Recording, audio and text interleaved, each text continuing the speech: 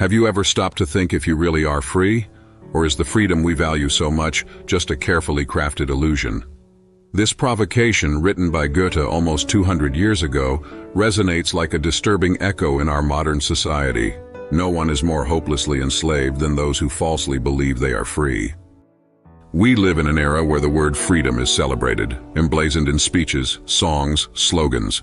However, is this freedom real, or is it just a veneer covering something much darker? Most of us see tyranny as obvious: totalitarian regimes, explicit censorship, blatant surveillance. But what if the real prison is not made of bars or visible barriers? Imagine a prison without walls, where prisoners don't even know they are confined. They live their lives immersed in comforts, distractions, and superficial pleasures, without ever realizing that their choices are carefully shaped. Sound familiar? This is the premise of one of the most disturbing works in literature, Brave New World by Aldous Huxley. Huxley did not imagine, in 1931, that his vision of a dystopian future would become so relevant. After all, his intention was not to predict the future, but to warn about the dangerous path that humanity seemed to be taking. He described a society where control is not imposed by force, as in George Orwell's classic dystopia, but rather by pleasure. A control so sophisticated that the dominated would not just accept their servitude, they would love it. Stop for a moment and observe the world around you. How many hours a day do you dedicate to social media? How many products do you buy just because they were pushed by algorithms? And, most importantly, when was the last time you questioned the choices you make? The problem is not appreciating comfort or technology. It lies in the fact that these same tools may be keeping us in a perpetual state of distraction, of conformity. Huxley described this masterfully: a population so entertained, so sedated by easy stimuli, that it loses the capacity to question. Instead of noticing the chains that bind them, people start to enjoy them. It's as if we live in a giant living room, surrounded by bright screens, watching the spectacle of our own lives while someone controls the scenes. Perhaps the starting point is in the way we interpret freedom. For many, being free means the absence of a dictator, the ability to vote, to express opinions. However, real freedom goes beyond these superficial conditions. True freedom lies in thinking for yourself, in resisting external influences that shape our behavior without us realizing it. And this, as we will see, is much more difficult than it seems. Most of us grew up with the idea that tyranny is something Orwellian, a regime that controls everything, that observes us, that censors. The 1984 painted a frightening portrait of a future of surveillance and oppression. But Huxley's vision is subtler, more insidious, and perhaps for that reason much more dangerous. While Orwell warned us about using fear as a weapon, Huxley pointed to something even more effective: the use of pleasure. We believe that resisting fear is a virtue, that fighting an oppressive tyranny is a duty. But who taught us to resist pleasure? Who taught us to say no to comfort, to easy entertainment, to immediate pleasure? The answer is simple: nobody. After all, it's hard to resist what looks good. Huxley was right to predict that control tools would evolve over time. If in the past physical currents were enough, today the currents are psychological and emotional. They are designed to feel like choices, to give us the illusion of control. But are we really in charge? The question that should echo in your mind right now is, what if we are so immersed in our routines, in our pleasures, that we don't even realize we are being manipulated? This is the central dilemma of our age, and this is where the real conflict begins. We are no longer fighting a visible enemy, but a silent force, disguised as convenience. Imagine for a moment that the life you live today was carefully designed so that you would never feel restless, so that you would never want to escape. What if the choices you believe are yours are actually reflections of conditioning that you didn't even realize? This is the question that will lead us to the next part. If we are truly trapped, what are the chains that hold us back? And more importantly, who put them there? In the next segment, we'll explore the exact mechanisms that turn pleasures into chains. Let's discover how psychological experiments from the last century became the basis for a new form of social control. Brace yourself, because reality is more disturbing than you imagine. True freedom begins when we recognize the chains that bind us. Imagine the following scene. You are sitting at home, comfortable on the couch, scrolling through your social media feed. A funny video appears. You laugh. Soon after, a purchase recommendation appears, perhaps an item you didn't even know you wanted. You hesitate for a moment, but click. Sounds harmless, right? Now imagine millions of people doing exactly the same. A simple behavior, repeated en masse, that turns into a dance choreographed by invisible algorithms. But who is driving this song? Huxley predicted this scenario disturbingly accurately. In 1961, during a lecture, he warned of a silent revolution. The elites will learn to control the masses not by force, but by an endless barrage of pleasures and distractions. Sound familiar? We are so immersed in immediate stimuli, notifications, series, apps, promotions, that we don't realize that these pleasures are not only entertaining us, but also shaping us. To understand how this works, we need to go back in time and learn about the work of B.F. Skinner, one of the most influential psychologists of the 20th century. Skinner conducted fascinating experiments with rats in conditioning boxes. He discovered that by rewarding certain behaviors, like pressing a lever to get food, he could shape the animal's actions. Now replace the rats with us humans, and the rewards with likes, messages, or quick food deliveries. Doesn't seem that different, right? Just like Skinner's rats, we are constantly searching for the next stimulus, conditioned to respond to the systems that were designed to keep us engaged. These systems are our modern version of Soma, the fictional drug in Brave New World *. Unlike a physical substance, today's Soma comes in digital formats, videos that never end, instant messages, games that hold our attention for hours. All of this creates an illusion of freedom, when in reality we are more trapped than ever. Consider the following example. In 2022, a study showed that the average time used daily for social media exceeded 2.5 hours per person. Does it seem like little? Now multiply that by weeks, months, years. That's a huge fraction of someone's life being used for, what, passive consumption. These distractions are not random. They are designed. Every click, every like, every second you spend watching a video or browsing an app feeds an endless cycle. And here's the bottom line. The more distracted you are, the less time you have to reflect, less time to question, less time to resist. Think about how you feel after hours of scrolling through your feed.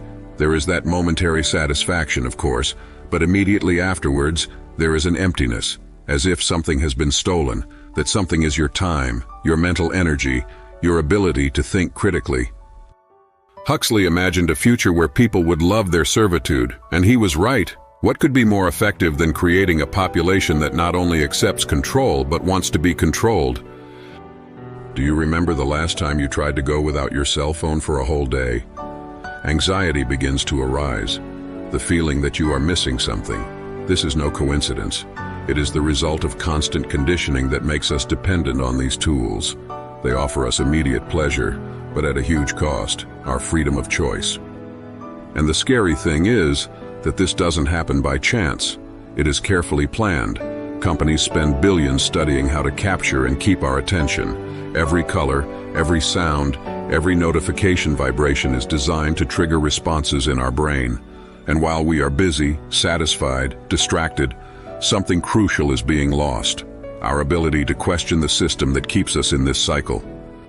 Once, a social experiment was carried out in a shopping mall in the United States. A group of researchers distributed extremely attractive discount coupons, but there was a catch. To receive the discount, participants needed to provide unrestricted access to their personal data, including location, browsing history, and contacts. Almost everyone accepted. Why? Because the promise of something free seemed irresistible. That's the paradox. We are so easily seduced by the immediate benefit that we ignore the long-term consequences, and that's exactly how modern distractions work. Now stop and reflect. How many times have you accepted these small rewards without realizing the real price you were paying? How many times have you stopped questioning a choice because you were too busy with the next notification, the next episode, the next instant pleasure? Huxley's warning was not just about control, it was about choice. He believed that even in the midst of all these distractions, there was still a way to resist, becoming aware. Recognize that these tools do not need to control us, that we can use them consciously and deliberately rather than allowing them to use us. This is your chance to start the change. Challenge yourself to question. Challenge yourself to resist. Do you believe you are in control? That all the decisions you make are really yours? Now imagine the following scenario. You go into a clothing store to buy just one t-shirt, but minutes later, he comes out with bags full of clothes he might not even need. What happened? You were convinced, but not with words. The ambient music, the organization of the shelves, the strategically positioned discounts, all of this was planned to make you feel compelled to consume. Now extend this example to your digital life. How many times have you told yourself that you would just take a quick look at your phone, but ended up spending hours immersed in social media, videos, or games? Are these actions really your choices, or are we living in a massive social experiment, a gigantic digital asterisk, brave new world asterisk, where we are conditioned to follow an invisible script? The great weapon of modern control is not brute force but pleasure. Instant, repetitive, and addictive pleasure. Social networks, for example, are not designed to connect people. They are designed to capture your attention. And the more time you spend, the more data you provide, allowing algorithms to become increasingly effective at predicting and influencing your behavior. Here's the irony. While we believe we are exploiting technology, we are actually exploited by it. Every notification you receive, every post that appears in your feed is not random. It was calculated to maximize engagement, to make you click, to make you stay. But why is this so effective? The answer is in our brain. When we receive a reward, such as a like or a message, our brain releases dopamine, the pleasure hormone. It feels good, addictive, and we want more. Over time, we become dependent on this reward, much like a rat in Skinner's experiment becomes dependent on pressing a lever to get food. Ask yourself, how much of your time is worth a like? How much of your attention do you sell for a 15-second video?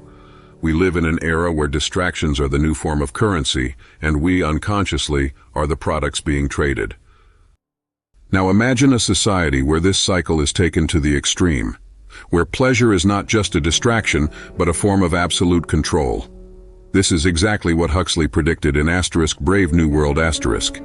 Their dystopian society was built around soma, a drug that kept people happy and submissive. Soma was not just escapism, it was a mechanism of domination. What would soma be in our era? Maybe it doesn't come in a pill, but in forms we take for granted. Smartphones, prescription drugs, pornography, social media, reality television. All of these things offer temporary relief, an escape from reality, but at the same time, they distract us from what really matters. Think about it. When was the last time you went an entire day without being interrupted by a notification? A whole day without feeling the need to check your cell phone? If the answer is, I don't remember, you are not alone. That's the point. We are so immersed in this cycle of immediate pleasures that we forget what it means to have control over our own choices.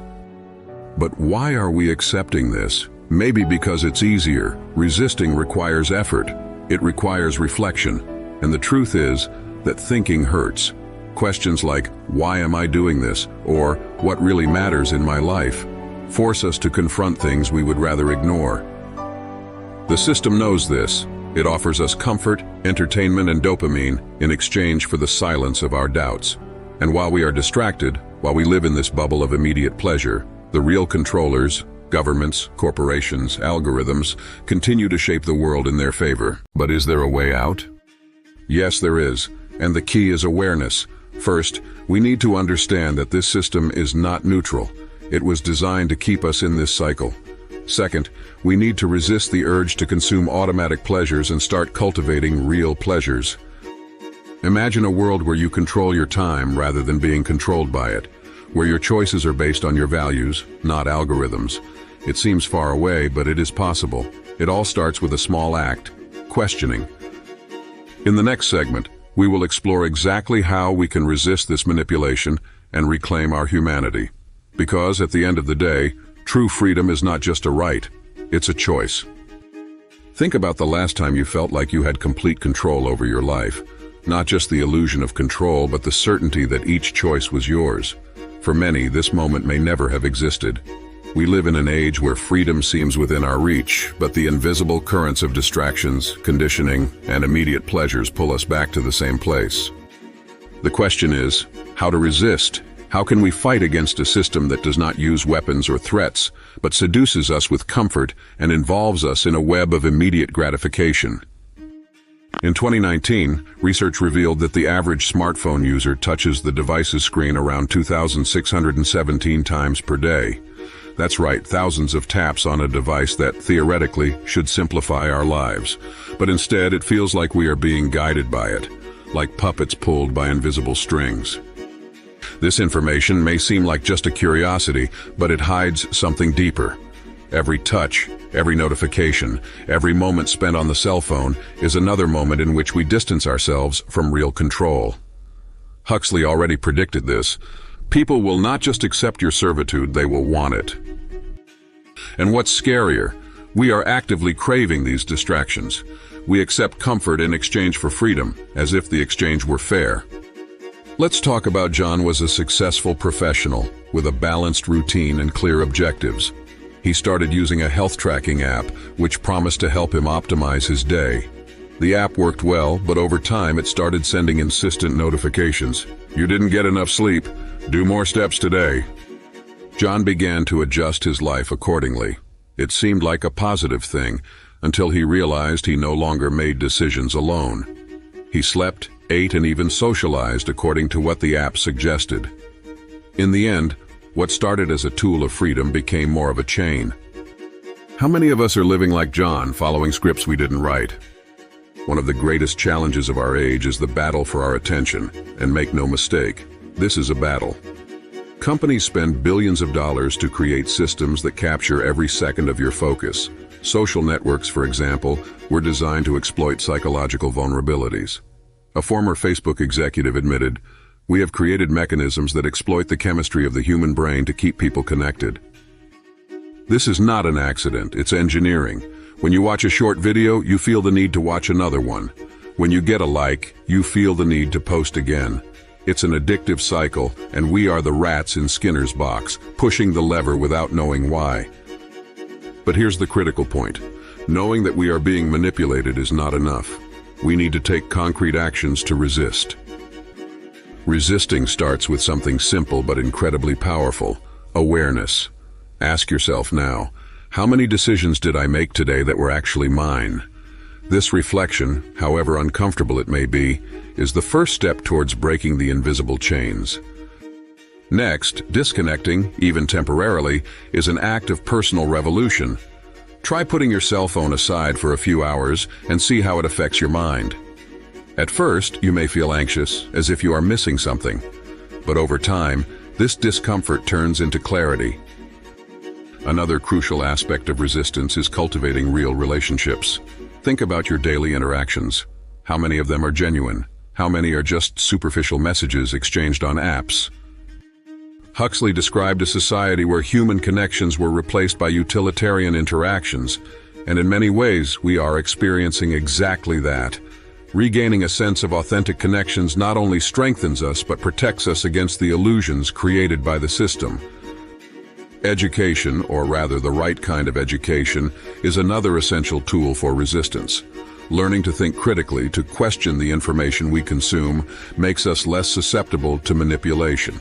This is why authoritarian governments fear free thought. They know that a conscious population is much more difficult to control. So ask yourself, am I seeking knowledge that frees me or just consuming information that distracts me? In the end, resistance is not just about rejecting the system. It's about creating something new. It's about deciding every day that you won't be just another piece in the game. It's about taking control of your life, even if it means swimming against the current. And most importantly, it's about understanding that freedom has a price. It takes courage to face the truth, to deconstruct illusory comforts, and embrace the discomfort of reality. But as Huxley said, freedom is the last achievement of the human being. We have reached the crucial moment. After everything we've discussed, modern distractions, pleasure as a weapon of control, the invisible chains that imprison us, one essential question remains: what can we do now? The first step is to see the currents. Without this awareness, we are doomed to repeat the same patterns. Stop for a moment and observe your routine. How many moments do you spend connected, distracted, reacting automatically to what appears before you? Recognizing these habits is not a reason to blame. It is an opportunity for change. And here's the most powerful truth. Invisible chains only exist as long as you let them. As soon as you start to question them, they start to weaken. As soon as you make a conscious decision, you take the first step towards breaking them. Think of something you can do today, right now, to regain a piece of your freedom. Maybe it's spending time away from social media. Maybe it's investing in a deep conversation with someone you love. Or even take a few minutes to reflect, without distractions. These small acts of resistance are more powerful than they seem. They accumulate strength. They create space for your mind to breathe and regain control. The second step is to face the greatest enemy of freedom, comfort. As we said before, the system's greatest weapon is not fear, but pleasure. It's easy to get lost in distractions, in instant rewards that keep us docile. But comfort never led anyone to true fulfillment. Ask yourself, am I living or just existing? Am I creating or just consuming? These questions are uncomfortable, but they are what take us out of inertia. Huxley warned us about a future where we would accept our servitude because it would be comfortable. But here's what he may not have anticipated. There will always be those who resist, those who do not accept illusion as enough, and you can be one of them. Freedom is not just a personal choice, it is a legacy we build for others. Think about the next generations. What kind of legacy do we want to leave them?